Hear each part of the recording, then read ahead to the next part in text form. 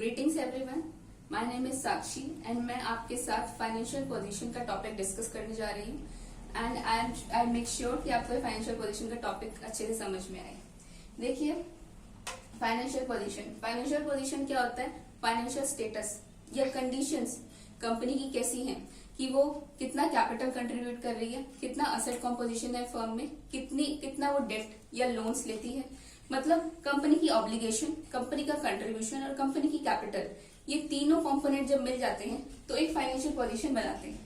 Financial position refers to the financial status और condition of the business at a particular time, particular date.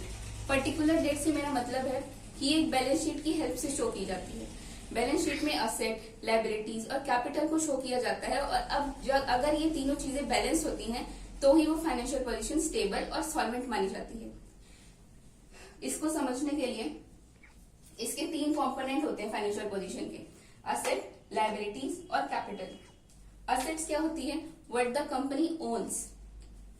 Company के पास क्या क्या asset हैं, company की ownership में क्या क्या असेट्स हैं, जैसे कैश, मशीनरी, स्टॉक्स या फिर डेटर्स कंपनी के, ये सब असेट्स में आते हैं। Liabilities of the firm are the debts the company have taken, the loans the company have taken, creditors, loan, expenses of the outside party, ये सब liabilities होती हैं। और capital, what the company has contributed for the firm, what is the owner's contribution, investment and the retained profits, these are the capital of the firm। देखिए, financial position को explain करने के लिए इसकी एक इक्वेशन होती है, asset is equal to liability plus capital. अगर आपको दो टाइप की फाइनेंशियल पोजीशन होती है, स्ट्रॉन्ग फाइनेंशियल पोजीशन और वीक पुअर फाइनेंशियल पोजीशन। जो स्ट्रॉन्ग फाइनेंशियल पोजीशन होती है उसमें क्या होता है कि असेट, लायबिलिटी प्लस कैपिटल, इसमें असेट का कॉम्पोजिशन स्ट्रॉन्ग होता है, लायबिलिटी या डेट का प्रोपोर्शन लो होता है और कैपिटल का कंट्रीब्यूशन डेट से ज्यादा होता है।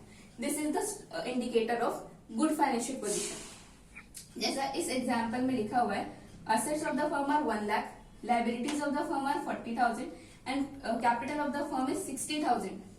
इससे शो हो रहा है कि capital contribution is more than the debt and the assets are more than the liabilities। और ये इक्वेशन एकदम बैलेंस्ड है। This means the financial position of the firm is stable and solvent। एक एग्जाम्पल मैं आपको देती हूँ वीक या पुअर फाइनेंशियल पोजीशन का। अगर मान लीजिए यहाँ पर असेट 1 लाख की है और जो लायबिलिटीज हैं वो 60,000 की हैं और कैपिटल कंट्रीब्यूशन 40,000 का है।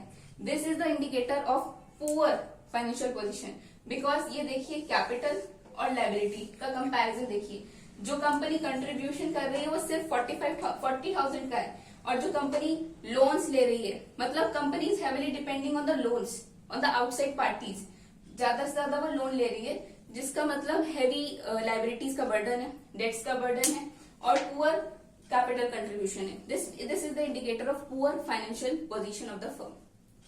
Thank you.